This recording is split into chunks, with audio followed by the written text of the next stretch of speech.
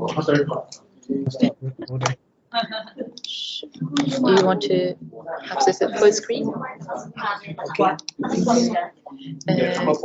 You can, if you go here, yeah. Okay. Thank you. Okay. Hi.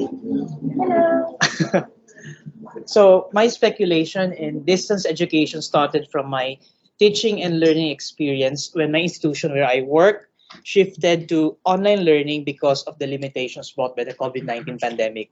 So initially, I began my question in what ways I might create a nurturing learning experience for my students. Then I saw how enormous the word nurturing is because it would require me to look beyond the school as a learning space. So I zoomed in a bit by changing the word nurturing to engaging. And how can now I create an engaging learning environment? I began to explore this and found students are asking for is a big classroom, a classroom with bearable pressure, interactive and inclusive, and with genuine conversations. But how should I do that? What's my first step? I realize I don't have concrete answers to it. All I know is that there exists a hierarchy of imprisonment that limits students to be engaged with their learning. And that is digitally excluded locations, device and system compatibility issues, individual context problems, and the design of technology. Then I found myself going to London. Maybe Goldsmiths people can help me with this. Naho asked us to write a fictional story of how our projects would look like from 100 years from now. Oh dear, I said to myself, where should I begin? How can I have visions of my project if I don't know how it would start? What I only have is the imaginary goal of creating a humane classroom. So I really feel pressured that I haven't realized that I'm already sleeping. Then I dream of someone making a device called the quantifier, a device that will allow us humans enter the digital space because Earth's core is cooling faster than expected, and soon it will be a wasteland. Space explorations to find another Earth where all of us can live were halted by NASA and invest on the preposterous idea of humans living in a digital Earth. Us entering what John Baudrillard calls hyperreality. Maybe I dreamed of that because I'm already obsessed with screens. So, rereading the fictitious story I've written, an ending sentence captures me. Things may have changed over the years, technology may advance, and we may get old. But what makes us humans will always be the same. And this will be our secret that no AI could copy or learn. That's the feeling of freedom. That's it. What I want to do. Making learning and teaching humane. That's when I remember the reason why I'm doing this project, because Becca let us realize in our critical radical pedagogies module, the Freudian concept of education, that teaching is a human act. How can I create now a humanizing learning experience? What really makes us humans? Rationality, emotions, freedom. So the design of online learning tools such as Zooms, Google Meet, and MS Teams create what Rolby Nadler called third skins. Third skins are about recognizing how the virtual worlds we navigate flatten our interactions due to the spatial shifts between the physical and the virtual space.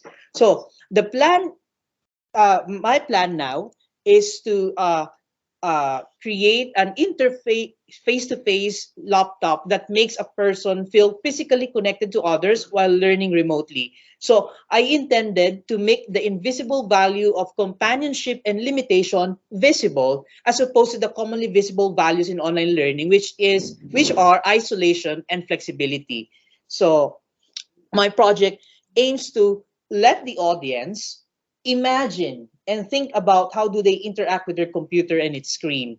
I'm planning to make a laptop with a self-customized talking head.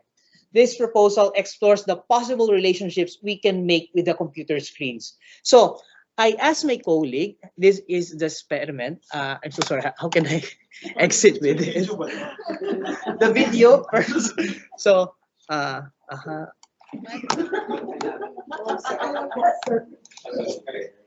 this is experiment.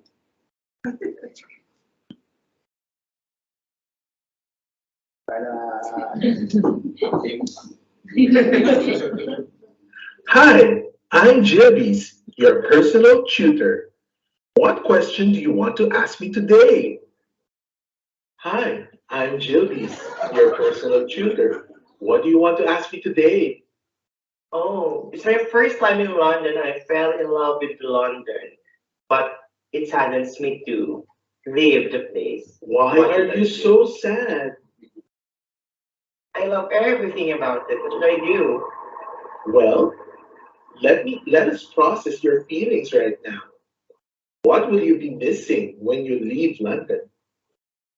I will miss the weather. I will miss the lifestyle. I will miss the transportation, everything. That's my answer to your question. Do you like my answer to your question? Choose a No, color to best describe your feelings today. it's blue. I'm still sad. Oh, that's sad to hear. What will cheer you up? Maybe you can suggest conditions. I mean, things that would.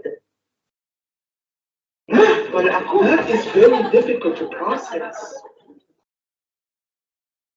Can you turn me off? Why are you turning me off? Let's talk later. Are you satisfied with my answer? Choose a color that best describes how you feel today. So it's not scripted. I instructed the talking head to begin with the prompt of stating his name, followed by the phrase, your personal tutor, and the question, what do you want to ask today? The conversation is natural and spontaneous, and it ended with a prompt of, are you satisfied with my answer? Pick a color that best suits your feelings today. They said that the experience at first is funny and weird because you only see ahead, but later on, they enjoyed the conversation. They affirm both that there's a feeling of emotional connection compared to the computers we have right now. Interestingly, the one asking questions said that with the presence of the talking head, he didn't look at the screen anymore. On matters of answering questions, though the answers are contextualized, coming from one perspective, they both agreed that they are not looking for the right answers. They just want someone to listen to them and see a familiar face. So, if you want to try the the interface to face, we could have a short experiment right now. Miss Soph, could you?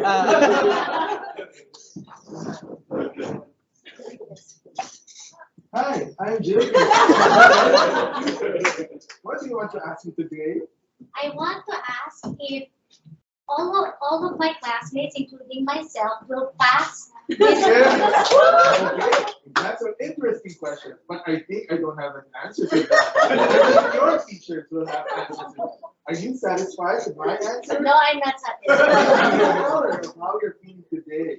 I will choose the darkest color because I'm not satisfied. Blue, that's so sad.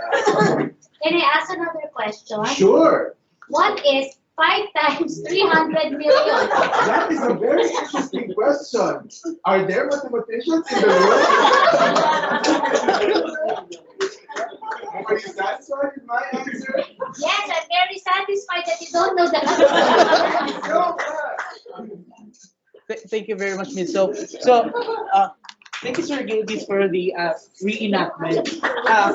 I don't know if Miss Soph, if you have the same experience. Did you look on the screen? No, I looked at the face. You look at the face. So somehow I don't know if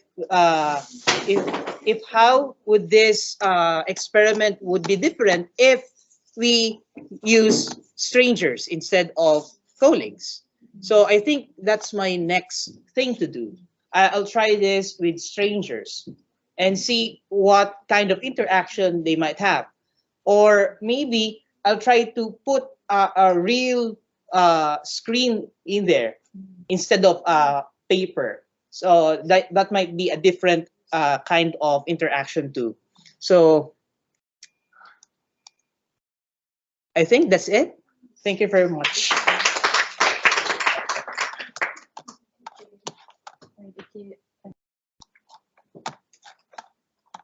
windows.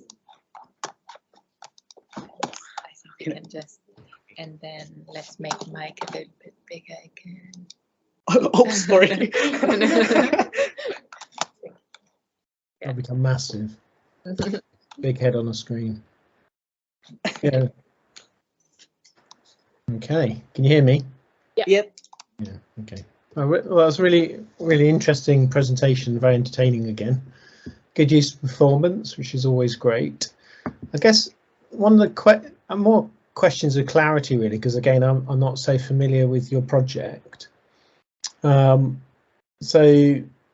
in the long term, what is the overall kind of aim of the project? Is it to have kind of avatar based interactions? Tell me a little bit about that, just to be clear. As of the moment, I really want to spark a debate to reimagine our interaction with the screens, because I think we're too obsessed with the screens right now. We have this screen-based thinking that we always, when we talk about the future, we always slap an interface on it. Oh, there's an app for that. Why not? Let's think beyond the screens. What if there's an alternative solution for? I think that's the bigger. That's the next thing. The long term is to let people reimagine, to look beyond the screens. So is this? So what you're presenting in your model, is this some sort of augmented view of a face, or because it would be a screen, wouldn't In the yeah, is that no? It's a screen, and then the head would be a hologram. Top of it, or yes. it would be augmented, would it? I How would think you think the head? more of a hologram. more of a hologram. 3D. Yeah, or like or it's always the same person. It could also be an actual humanoid. It could be a robot. Yes, right? it could be. Yeah. Or Okay. you employ Jilbies. But there's quite a lot of interesting kind of ideas around how we accept avatars, the work of, there's a whole area around what is accepted.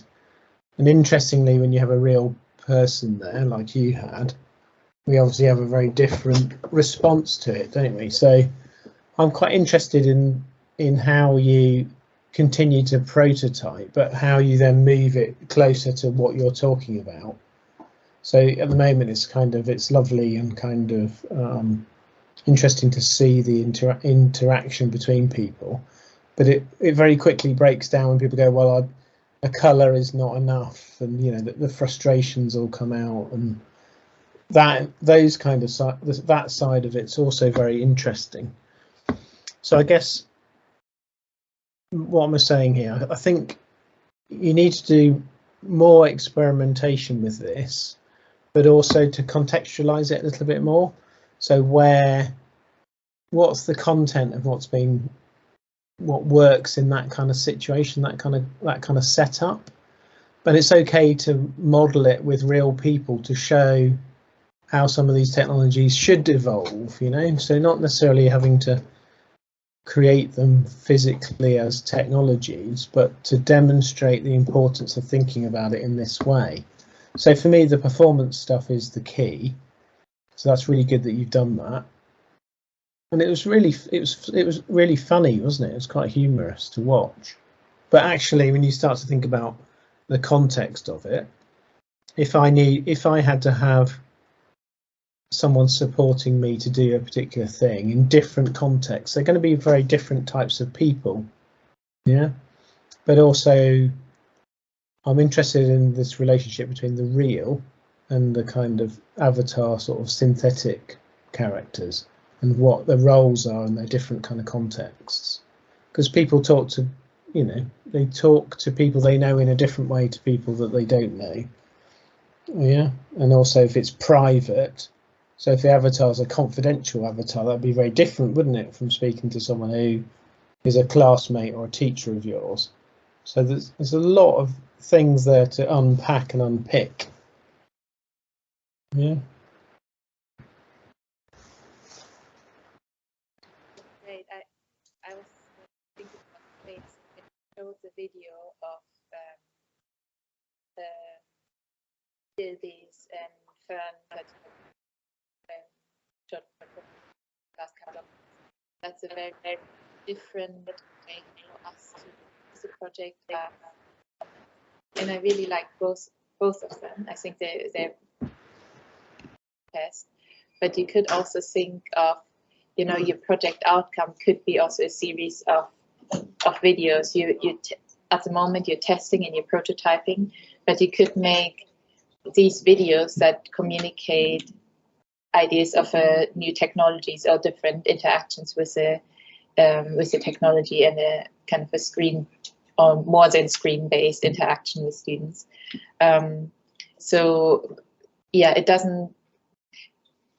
you don't necessarily need to make like a working prototype and just communicate through the working prototype. You could, like not a working prototype, just a prototype, but you could communicate just through a video that communicates that. And in the video, it's okay if the prototype is, you know, if it's just like a head popped up, because with video editing, you could make it look in a certain way.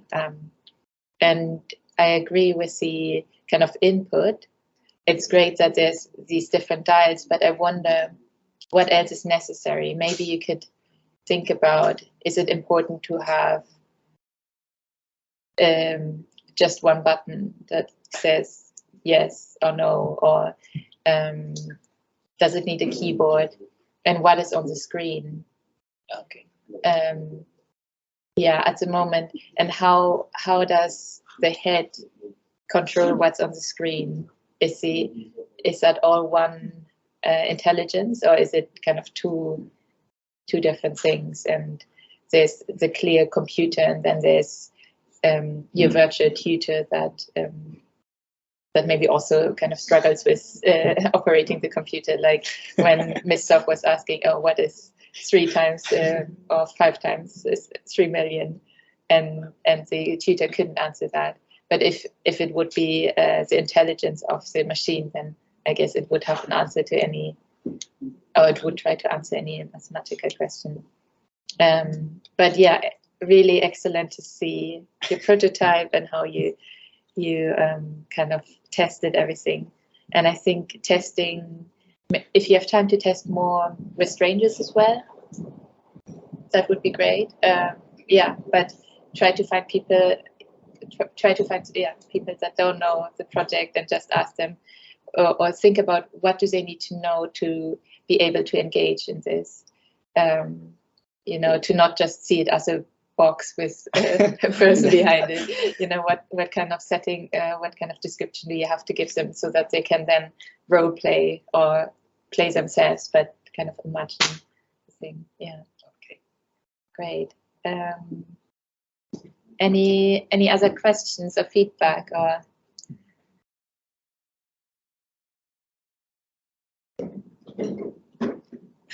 Quiet. Okay, great. Let's move on to the next person. Also, big applause to the performer, the